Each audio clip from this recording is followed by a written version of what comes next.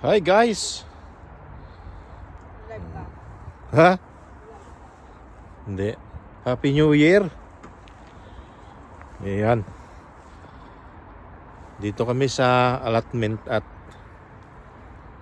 papakita ko sa inyo kung paano kung anong itsura ng allotment pagka yung winter.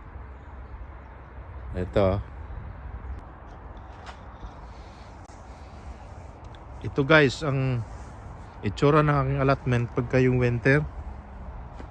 Wala nang kadahon-dahon yan, no? Walang kadahon-dahon. Ito yung maraming mamunga. Wala siya talagang dahon sa ngayon pagka ganitong winter talaga. Pero March babalik na naman ang dahon nito.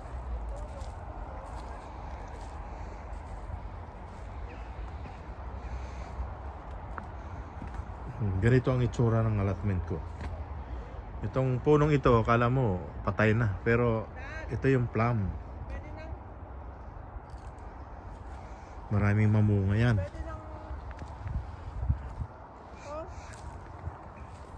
Ano? Pwede nang harvestin ng celery. Pwede na, kunin mo na. Kukunin mo lang yung talbos-talbos. Ito na lang yung natira sa aking allotment, guys. Sarap, oh. Celery. Serili, ayan. Mag-harvest ka na. Harvest. Ano yan? Bubunutin ko lahat? Hindi. Yung dahon lang kasi Buhay ulit. ano pa yun, tumatagal to eh. Nabubuhay ito sa Lamig. sa lamig. Ito ganyan lang, oh. Yan, oh. Sarap yung organic na celery. Ayan. Ito yung ha-harvestin natin ngayon dito. Yung iba, malalaki na talaga yung puno. Kuha ka lang ng panggulay natin. Kuha ka lang ng panggulay.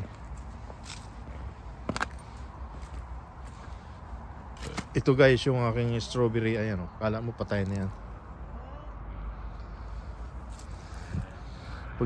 Pagdating ng March, mag-uumpisa ulit.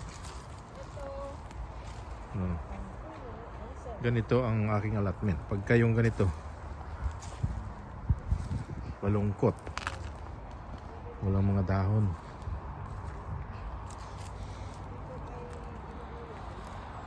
Nag-uumpisa na namang tumubo ang mga damo, guys. Kaya pagdating ng February, March, ayan, busy na naman tayo niyan. Ito malalaki na yun. Kunin mo na. May ano na eh. Ganito mo lang kukunin, no? May ano na, oh, may insekto. O ganyan, no? Ayan ang celery. Walang pataba to kasi organic, kaya medyo maliliit.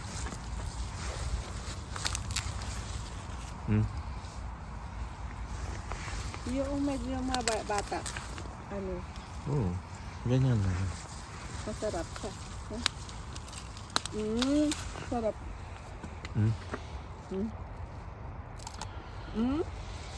Well, excuse me, very crunchy. Yun lang mga kautoy, no? Update lang sa aking garden. So, Ayan, sa gusto mag-buy ng celery. Ito ang celery. next year ang magpo-focus ako sa sa mga beans, Masarap tong celery sa ginilong. Mas magandang itanim yung beans, mas matagal mapakinabangan. So, Tsaka yung yung yun o. cucumber. Yun, doon tayo magpo-focus next year. Okay, Happy New Year mga guys. Ayan. Yan. Thank you.